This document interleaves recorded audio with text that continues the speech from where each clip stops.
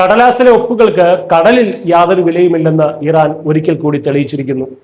3 മാസം നീണ്ട യുദ്ധത്തിന് ശേഷം അമേരിക്കയും ഇറാനും തമ്മിൽ ഒരു സമാധാന കരാറിൽ ഒപ്പിട്ടു എന്ന വാർത്തകൾക്ക് പിന്നാലെയാണ് ഹോർമൂസ് കടലിടുക്കിലൂടെ പോകുന്ന വാണിജ്യ കപ്പലുകൾക്ക് നേരെ ഇറാൻ ഡ്രോണുകൾ വിക്ഷേപിച്ചതായിട്ടുള്ള പുതിയ റിപ്പോർട്ടുകൾ പുറത്തുവരുന്നത്. ഫ്രാൻസിൽ നടക്കുന്ന G7 ഉച്ചകോടിക്കിടയിൽ ഇതൊരു ചരിത്രപരമായ കരാറാണെന്നും ഇറാൻ ഇനി ഒരിക്കലും ആണവായുധം നിർമ്മിക്കില്ലെന്നുമൊക്കെ അമേരിക്കൻ പ്രസിഡന്റ് ഡൊണാൾഡ് ട്രംപ് അവകാശവാദങ്ങൾ ഉന്നയിക്കുന്നതിനിടയിലാണ് ഇറാന്റെ ഈ പ്രകോപനം വരുന്നത്. ഒപ്പിട്ട കടലാസുകൾക്കല്ല, മറിച്ച് ആയുധങ്ങൾക്കും വിലപേശൽ ശേഷിക്കുമാണ് അവിടെ വിലയെന്ന് യാഥാർത്ഥ്യമാണ് ഇതിലൂടെ വ്യക്തമാകുന്നത്.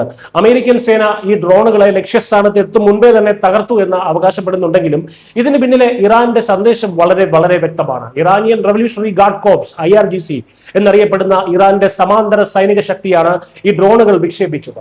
അമേരിക്കയുമായും സമാധാന കരാറിൽ ഒപ്പിട്ടതൊക്കെ ഇറാന്റെ ഔദ്യോഗിക നയതന്ത്ര പ്രതിനിധികളാണെങ്കിലും സമുദ്രപാതകളുടെയും ഹോർമൂസ് കടലിടുക്കിന്റെയും യഥാർത്ഥ നിയന്ത്രണം ഇപ്പോഴും തങ്ങളുടെ കൈകളിൽ തന്നെയാണ് എന്ന് ലോകത്തെ ഓർമ്മിപ്പിക്കുകയാണ് IRGC. അതായത് പാശ്ചാത്യ രാജ്യങ്ങൾ സ്വപ്നം കാണുന്നത് പോലെ ഒരു കടലാസ് കരാർ കൊണ്ട് മാത്രം തങ്ങളെ നിയന്ത്രിക്കാനാകില്ല എന്നതിന്റെ കൃത്യമായിട്ടുള്ള താക്കീതാണിത്.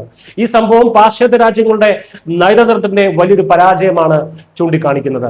ഹൂത്തികളും ഹിസ്ബുള്ളകളും ഹമാസും IRGCയും ഒക്കെയായി അതിശക്തമായ ഒരു ഡീപ് സ്റ്റേറ്റ് ആയി പ്രവർത്തിക്കുന്ന ഇറാന് മുന്നിൽ ഉപരോധങ്ങൾ പിൻവലിച്ചതുകൊണ്ടോ നേതാക്കൾ തമ്മിൽ ചിരിച്ച് കൈകൊടുത്തതുകൊണ്ടോ യാതൊരു കാര്യവുമില്ല. കഴിഞ്ഞ 3 മാസ യുദ്ധത്തിൽ നിന്ന് ലോകത്തിന്റെ ഇന്ധന വിതരണത്തെയും വാണിജ്യത്തെയും തടസ്സപ്പെടുത്തിക്കൊണ്ട് എങ്ങനെ തങ്ങളുടെ വിലപേശൽ ശേഷി വർദ്ധിപ്പിക്കാമെന്ന് ഇറാൻ പഠിച്ചു കഴിഞ്ഞു. അമേരിക്കയുടെ അടികൊണ്ട് പദം വന്ന ഇറാൻ ഇപ്പോൾ അമേരിക്കയെ പേടിക്കുന്നുമില്ല. അമേരിക്ക എന്നാൽ ഇത്രയേ ഉള്ളൂ എന്ന് ഇറാന് വ്യക്തമായി മനസ്സിലായി. അമേരിക്കൻ പ്രസിഡന്റ് പറയുന്നത് പോലെ ഈ മേഖല പെട്ടെന്നൊരു ദിവസം സമാധാനത്തിലേക്ക് മടങ്ങുമെന്നത് യാഥാർത്ഥ്യബോധമില്ലാത്ത ഒരു പകൽക്കിനാവ് മാത്രമാകാനാണ് സാധ്യത. ഇന്ത്യയെ പോലുള്ള വൻകിട രാജ്യങ്ങൾക്ക് ഇതൊരു വലിയ മുന്നറിയിപ്പാണ്. വിദേശ ശക്തികൾ നൽകുന്ന ഇത്തരം സമാധാന ഉറപ്പുകളെ വിശ്വസിച്ച് ഇന്ധന സുരക്ഷ ഉറപ്പാക്കാം എന്ന് കരുതുന്നത് മണ്ടത്തരമാണ്. ഇന്ത്യക്ക് ഇറാനുമായി സ്വതന്ത്രമായ ഒരു നയതന്ത്ര ബന്ധമുള്ളതിനാൽ കാര്യങ്ങൾ വഷളാകില്ല എന്ന് തന്നെ പ്രതീക്ഷിക്കാം. കടലാസിലെ ഈ കരാറുകൾക്ക് കടലിൽ പറന്നെത്തുന്ന ഡ്രോണുകളെയും മൈനുകളെയും തടയാൻ കഴിയില്ലല്ലോ.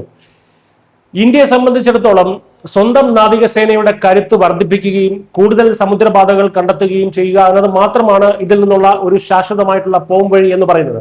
വിദേശ സമാധാന കരാറുകളെ ആശ്രയിക്കാതെ ഊർജ്ജ പ്രതിരോധ മേഖലകളിൽ അതിവേഗം ആത്മനിർഭർ ഭാരത് എന്ന ലക്ഷ്യത്തിലേക്ക് സഞ്ചരിക്കാൻ ഈ സംഭവങ്ങൾ ഇന്ത്യയെ ഓർമ്മപ്പെടുത്തുന്നു. News desk Malayalam.